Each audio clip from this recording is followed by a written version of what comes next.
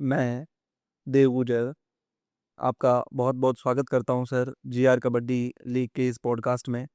आप हमारे से जुड़े इसलिए आपका बहुत-बहुत धन्यवाद। नमस्ते। आपकी टीम के बारे में आप बताइए कि आपकी टीम कौन-सी है? और आपके टीम ओनर्स और कैप्टन और अब तो प्लेयर्स भी हमारे साथ आपको पता हैं। तो आपकी टीम के बारे में हमें थोड़ा-सा बताइए। सबसे पहले तो लीग के जो डायरेक्टर हैं, देव सर आपका बहुत-बहुत धन्यवाद कि आपने आज हमें इस पॉडकास्ट में बुलाया और ये मौका दिया। मैं अपनी टीम का परिचय देना चाहूँगा। मेरी जो टीम है वो है सीआर पैंथर, जिसके ओनर हैं ओम प्रकाश जी गुर्जर साहब और टीम कैप्टन है राखी और जैसा कि आप देख रहे हैं टीम कोच मैं सुरेंद्र चौधरी। आज ऑक्शन में हमने जो टीम डिसाइड की है, सारा कॉम्बिनेशन देख के, प्लेयर्स की पोजीशन देख के, करंट में उनकी जो फ़ॉर्म है, उसको देखते हुए प्लेयर सेलेक्ट किए हैं। हमारे पास ऑलरेडी पहले रेडर एक राकी है, वो खुद एक रेडर है। बिल्कुल। सेकेंडरी रेडर जो हमने लिए हैं, उनकी करंट फ़ॉर्म अच्छी है, इस कारण से उनको लिया है। बाद में हमने ज़्यादा फ़ोकस ऑलराउंडर्स पे किया है, क्योंकि मैच की सिचुएशन ऐसी रहती है कि कई बार टीम कोच की जो रणनीति होती है, वो अलग रहती है। कई टीम कोच होते हैं, वो 7 के डिफेंस में, 6 के डिफेंस में, 5 के डिफेंस में अलग चलाते हैं। बिल्कुल, तो वो जब मैच रहेगा, उसमें बताई जाएगी सब टीमों को। कि बाकी आपकी हाँ, रणनीति क्या है? बाकी सब टीमों ने प्लेयर्स जो लिए हैं, वो अच्छे प्लेयर्स ही लिए हैं और उस हिसाब से कॉम्पिटिशन बहुत टफ रहेगा। तो सारी टीम्स जो हैं आपके अलावा, तो ऐसी कौन-सी टीम है जिसको आप देख रहे हैं कि उस टीम के साथ हमारा कॉम्पिटिशन जो है रहने वाला है वो थोड़ा टफ रहेगा बाकी टीमों से?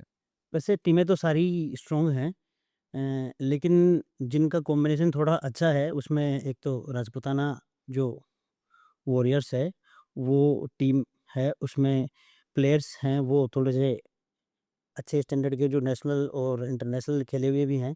बाकी उसके अलावा जैसे मेवाड़ वॉरियर्स है, उसमें भी अच्छे प्लेयर्स हैं। उसके अलावा ब्रिज है, उसमें अंतर्राष्ट्रीय खिलाड़ी सबके प्लेयर निधि है कि जो इंडिया कैप्टन भी रह चुकी है और अभी करंट में राजस्थान टीम की कैप्टन भी वो है और उसका अच्छा गेम भी है, तो उनसे भी टफ फाइट हमें मिलेगी। बाकी टीमें सारी अच्छी हैं। शेखावटी वॉरियर्स है, उसका भी टीम कॉम्बिनेशन अच्छा है, हार्ड होती है, उसने भी अच्छी टीम बनाई है और ऑल ओवर जो टीम्स हैं वो टीम्स है वो बाकी सारी सब बेस्ट हैं। बेस्ट है। अब वही है कि अब जो पुल बनाया है, अब पुल में लीग कौन कैसे कैसे चलेगा? चलेगा, लीग सिस्टम है, तो सभी को मौका प्रॉपर मिलेगा। बिल्कुल, बिल्कुल। आप हमें इस लीग में किसी एक प्लेयर के बारे में बता सकते हैं या आपकी टीम से भी वो प्लेयर हो सकता है या बाकी टीम से प्लेयर हो सकता है, जो इम्पैक्ट डालने वाला है और जो अभी नेशनल और इंटरनेशनल लेवल पे अपनी प्रतिभा नहीं दिखा पाया है? अभी प्लेयर्स तो काफ़ी सारे इसमें नए प्लेयर्स भी हैं जिनको अच्छा मौका मिला है। काफ़ी प्लेयर्स ऐसे हैं जो अच्छे थे लेकिन उनकी करंट फ़ॉर्म के कारण उनका सिलेक्शन नहीं हुआ या हो सकता है बजट का बिल्कुल, भी बिल्कुल। थोड़ा-सा बजट में कॉम्बिनेशन ऐसा बैठा नहीं कि उन प्लेयर्स को अपन ले सकते। तो ज़्यादातर 2 या 3 टीम ऐसी हैं जिनमें प्लेयर्स आउटस्टैंडिंग निकलेंगे और उन पे फ़ोकस सबका रहेगा। बिल्कुल, बिल्कुल। लड़कियों की ये लीग पहली बार हो रही है और आप काफ़ी समय से ग्राउंड भी चला रहे हैं और जैसा हमें विदित है कि आप अपनी जो कोचिंग सेवाएँ हैं, वो काफ़ी समय से लड़के और लड़कियों के लिए फ्री दे रहे हैं। तो आप जब कोचिंग देते हो बच्चों को, तो आपका टारगेट क्या रहता है कि जो आपका प्लेयर है, वो किस लेवल तक जाए या आप उसको किस तरीके से तैयार करें? कोई भी कोच हो, वो हमेशा अपने जो प्लेयर तैयार करते हैं, उनको उच्च स्तर पर देखना चाहता है। बाकी उसका कैसा गेम है, उसका कैसा परफ़ॉर्मेंस रहता है, वो कैसा अपना गेम दिखाता है, जो इंटरनेशनल लेवल या नेशनल लेवल पे जो कोचेज़ रहते हैं, उनको कितना प्रभावित कर पाता है, मेन बात वो होती है। बिल्कुल, बाकी ग्रामीण क्षेत्र में प्रतिभाओं की कोई कमी नहीं है, बस वहाँ आपको एक प्लेटफ़ॉर्म उनको देने की ज़रूरत है। बाकी गाइडेंस आप प्रॉपर रखिए, तो प्लेयर्स तो तैयार हो जाते हैं, बाकी उसका गेम कैसा बनेगा, वो बच्चे पे भी डिपेंड करता है और उसकी कैसी कोचिंग हुई। दी जा रही है, उसको कैसे कोचिंग मिल रही है, उसको भी थोड़ा-सा देखना पड़ता है। आप क्या टारगेट रखते हैं कि जो मेरा बच्चा है वो बाकी बच्चों से अलग दिखें, जो भी कॉम्पिटिशन्स हमारे एकेएफआई के होते हैं या स्कूली गेम्स के होते हैं, तो आप क्या टारगेट रखते हैं मेन कि आपके बच्चे में बाकी बच्चों से कुछ अलग दिखना चाहिए? देखो सर, कोच हमेशा बच्चे को स्किल से डेवलप करता है। मेरी जो टेक्नीक है, वो मैं बच्चे को बेसिक से तैयार करता हूँ, क्योंकि एज़ ए मैं एक सीनियर फिज़िकल टीचर हूँ, तो जो जिसको पीटीआई बोलते हैं, तो पीटीआई का काम स्कूल में बिल्कुल जो ग्रास रूट के जो बच्चे हैं, बिल्कुल जो छोटे बच्चे हैं, जैसे मिट्टी का घड़ा, जो मिट्टी रहती है, उसको जैसे घड़ा कुम्हार तैयार करता है, बिल्कुल। तो वैसा काम एक पीटीआई का रहता है। वो बिल्कुल फ्रेश बच्चे, जो कभी किसी गेम से नहीं जुड़े हुए थे, उन बच्चों को वो तैयार करता है। तो हमारा यही मोटिव रहता है कि हम बच्चों को किस प्रकार से तैयार कर सकें, उनकी टेक्नीक को कैसे सुधरवा सकें और एक अच्छी स्किल उनमें कैसे डेवलप कर सकें, तो ये रहता है। बाकी जैसे-जैसे वो नेशनल या इंटरनेशनल में जाता है, तो जो नेशनल कोचेज़ होते हैं, वो हो सकता है ज़्यादातर तो हमसे सीनियर ही हैं और उनको एक्सपीरियंस भी हमसे ज़्यादा है। तो हो सकता है हमसे ज़्यादा टेक्निक उनके पास होगी, ये श्योर है, क्योंकि जो इंडिया टीम को जो कोचिंग दे रहे हैं, तो उनके पास हमसे एक्सपीरियंस ज़्यादा है ही, तो वो अच्छे प्लेयर्स तैयार करेंगे ही। बाकी बेसिक जो बच्चे को नॉलेज है, वो हम यहाँ पे तैयार करके बच्चे को देते हैं, जिससे वो अपना अच्छा परफ़ॉर्मेंस दिखा पाए। स्किल वाइज़ हम बच्चे को परफ़ेक्ट तैयार करते हैं। उसको कैसे उसकी स्किल को और इम्प्रूव करना है, वो जो राष्ट्रीय स्तर के कोचेज़ होते हैं, वो तैयार करते हैं। उसके लिए एक एनआईएएस का डिप्लोमा होता है, जिसमें बिल्कुल। पूरी साल आप कोचेज़ को स्किल खिलाड़ी में कैसे डेवलप की जाती है, वो कोचेज़ को सिखाया जाता है। तो एज़ ए हम पीटीआई हैं, कोचेज़ का काम होता है वो जो बच्चे नीचे तैयार होके आए हैं और उनको राष्ट्रीय और अंतर्राष्ट्रीय स्तर पर किस प्रकार से तैयार किया जाता है, तो वो कोचेज़ का काम होता है। हम बेसिक खिलाड़ी को तैयार करके भेजते हैं। बिल्कुल, किसी भी प्लेयर को या कोई भी बच्चा है, उसको हम कबड्डी में किस प्रकार जोड़ सकते हैं?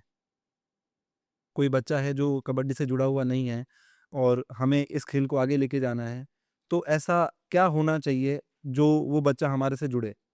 देखो सर, मेरा तो एक ही कहना होगा, जो भी पेरेंट्स देख रहे हैं, आप कभी भी ये सोच के बच्चे को ग्राउंड पे मत भेजिए कि ये एक राष्ट्रीय, अंतर्राष्ट्रीय स्तर का खिलाड़ी बनेगा। आप ये सोच के भेजिए कि ये बच्चा माइंडली स्ट्रॉन्ग होगा, फिज़िकली फिट होगा, आपका मेडिकल का खर्चा बचेगा। पहली बात। बिल्कुल। दूसरी बात, कोच के पास वो जा रहा है, कोच के पास वो जाएगा, वहाँ कोच देखेगा कि उसमें क्या पोटेंशियल है, वो क्या कर सकता है। वो एज़ ए रेडर बनेगा, एज़ ए डिफेंडर बनेगा, एज़ ए कॉर्नर बनेगा। तो वो जैसे उसको ग्राउंड पे छोड़ते हैं, उसको थोड़ी-सी बेसिक तो बिल्कुल। ट्रेनिंग दी जाती है, उसके बाद में पता लग जाता है कि बच्चा किसमें जाएगा। तो पेरेंट्स को मैं ये कहूँगा कि आप बच्चे को ग्राउंड पे भेजें। आप ये सोच के नहीं भेजें। कई बार पेरेंट्स ये सोचते हैं कि यार इसमें क्या रखा है? बिल्कुल। कोई सा भी गेम हो, मैं ये नहीं कह रहा पर्टिकुलर कबड्डी में भेजो, आप कोई से भी गेम में बच्चे को जोड़ो, जिससे कि वो एक तो मोबाइल की लत से दूर रहेगा। दूसरा, आजकल नशे की ऐसी लत हो गई है, जिससे पेरेंट्स को बहुत ज़्यादा सतर्क रहने की ज़रूरत है। आप बच्चे को गेम से जोड़िए, वो बिल्कुल फ्री नहीं रहेगा। वहाँ मैदान पे मेहनत करके आएगा, शाम को थका हुआ आएगा, वो आके अपना खाना खाया और वो सो जाएगा। और बच्चा अगर फ्री रहेगा, तो वो गलत चीज़ों में इन्वॉल्व होगा। बिल्कुल सर, बिल्कुल। बहुत बढ़िया आपका ये जवाब है क्योंकि कई बच्चों को हम देखते हैं कि बच्चे जो हैं वो आजकल गलत दिशाओं में ज़्यादा जा रहे हैं। अगर वो स्पोर्ट्स से जुड़ेंगे तो उनको थोड़ा-सा टाइम कॉम्बिनेशन बिठाने में या गलत चीज़ों में जाने से उनको रोकेंगे हम। आप स्कूली गेम्स में सेलेक्टर्स का रोल भी प्ले करते हैं। तो जब आप किसी बच्चे का सिलेक्शन करते हैं, क्योंकि काफ़ी बच्चे भी हमारा ये इंटरव्यू देखेंगे, तो उन्हें पता होना चाहिए कि जो हमारा सिलेक्शन कर रहे हैं, तो वो क्या सोचते हैं उस टाइम पे? क्या सोच के आप एक बच्चे का सिलेक्शन करते हैं? देखो सर, जब भी हमें किसी चयनकर्ता के रूप में लगाया जाता है, हमेशा चयनकर्ता की यही सोच होती है कि वो अच्छे से अच्छे खिलाड़ियों को सिलेक्ट करे, जिनका परफॉर्मेंस अच्छा हो, वो पोजीशन में बिल्कुल फिट बैठ रहे हों और टीम के साथ उनका कॉम्बिनेशन सही हो जाए। आप अपना गेम अच्छा कीजिए, आपका सिलेक्शन 100% होगा। आप इसमें नहीं रहे कि मैं वहाँ चला जाऊँगा या मैं उससे फ़ोन करा दूँगा या मैं इससे फ़ोन करा दूँगा। इसमें आप नहीं पड़ें, आप अपने गेम पे फ़ोकस करें, आपका गेम अच्छा होगा। ऑलरेडी आपको चयनकर्ता सेलेक्ट करेंगे, टीम कोचेज़ भी सेलेक्ट करेंगे और आप एक अच्छे खिलाड़ी तभी बन पाएँगे। काफ़ी सारे जो प्लेयर्स हैं वो आपसे या अच्छे कोचेस से नहीं जुड़ पाते हैं क्योंकि ग्रामीण बच्चे भी कबड्डी खेलते हैं लेकिन उनको इतना अच्छा प्लेटफॉर्म नहीं मिल पाता। तो वो अपनी ट्रेनिंग सेल्फ किस प्रकार कर सकते हैं? अपनी डाइट किस प्रकार वो सेल्फ रख सकते हैं? तो इसके लिए आप क्या कहना चाहेंगे बच्चों के लिए? देखो सर, सब जगह कोचेज़ अवेलेबल नहीं है। कैसे ग्रामीण क्षेत्र ऐसे हैं जहाँ बच्चे खूब हैं, लेकिन प्रैक्टिस कराने वाला कोई नहीं है। आज का टाइम आपको पता है मोबाइल युग है। बिल्कुल, मोबाइल में बहुत सारे वीडियो ऐसे रिकॉर्डेड हैं, जो आपको स्किल आप उनको देख के सीख भी सकते हैं। जैसे आज के टाइम में बच्चे घर पे बैठ के सेल्फ स्टडी कर पा रहे हैं। बिल्कुल, बिल्कुल। तो उसी प्रकार से बहुत सी अकेडमियाँ ऐसी हैं, जो अपनी वीडियो रिकॉर्ड्स करती हैं और वो उनको देख के आप ट्रेनिंग स्टार्ट कर सकते हैं। आपका अगर बैकग्राउंड अच्छा है, तो आप अकेडमी जॉइन कर सकते हैं। अकेडमी जॉइन नहीं कर सकते तो आपके आस-पास में जहाँ भी प्रैक्टिस होती है, वहाँ आप वीक में 2 या 3 दिन आप जाके वो भी जॉइन कर सकते हैं। बिल्कुल, बिल्कुल। दूसरा रहा डाइट की बात, ग्रामीण क्षेत्र के बच्चे हैं, पैसे सबके पास होते नहीं हैं। अपने पास जो बेसिक जो अपने पास चीज़ें हैं, चने आपके पास सबके पास मिलेंगे, बिल्कुल, मूँग आपके पास सबके पास मिलेंगे, मूँगफली आपके सबके पास मिलेगी। आप इनको भिगोइए, सोयाबीन आप लोगों के पास होती है, वो बेसिक जो डाइट होती है, जो बेसिक जो प्रोटीन वगैरह में इसमें नहीं जाएँ, आप जो बेसिक जो घर पे जो आपको मिल सकती है, सबसे कम पैसों में जो मिल सकती है, पर जो अफ़ोर्ड कर सकते हैं, वो तो लेते ही हैं। बिल्कुल, बाकी बिल्कुल। जो ग्रामीण क्षेत्र के बच्चे हैं, जिनको डाइट का पता नहीं है कि लेना क्या है, हुँ, हुँ। केला सबको मिल सकता है, दूध सबके घर पे होता है। इन चीज़ों को आराम से आप शाम को भिगोइए, चने को, मूँग को, बादाम को, मूँगफली को, जैसे बादाम नहीं हो सकती तो आपके पास मूँगफली उसका ऑप्शन है। बिल्कुल, सोयाबीन आप उसमें डाल सकते हैं। उनको शाम को भिगोइए, सुबह उनको अंकुरित कर लीजिए या तो कपड़े में और उसमें नहीं करते हैं, तो आप उनको वैसे सीधा खा लीजिए। केला आपके पास मिलता है, दूध आपके पास रहता है, दोनों टाइम आप दूध पीजिए। जो हमारी ये लीग हो रही है, इसको आप किस प्रकार से देखते हैं कि ये लड़कियों का भविष्य कैसे बदल सकता है? देखिए सर, राजस्थान में खिलाड़ियों की कोई कमी नहीं है, बस उनको एक अच्छा प्लेटफ़ॉर्म मिले। वो प्लेटफ़ॉर्म जीआर कबड्डी जो लीग है, जैसा कि आप ओनर हैं देव सर, आपने बहुत अच्छा प्लेटफ़ॉर्म दिया है। साथ ही मैं फेडरेशन का भी धन्यवाद करूँगा बिल्कुल, कि उन्होंने आप लोगों को अप्रूवल दिया और अच्छे खिलाड़ियों को आपने सेलेक्ट किया। फेडरेशन के अंडर में सारा टूर्नामेंट होगा, तो प्लेयर्स अपने आप को सुरक्षित महसूस कर रहे हैं। बिल्कुल, दूसरा, गर्ल्स की लीग बहुत कम करवाई जाती है, लड़कियों को प्लेटफ़ॉर्म भी कम मिलता है।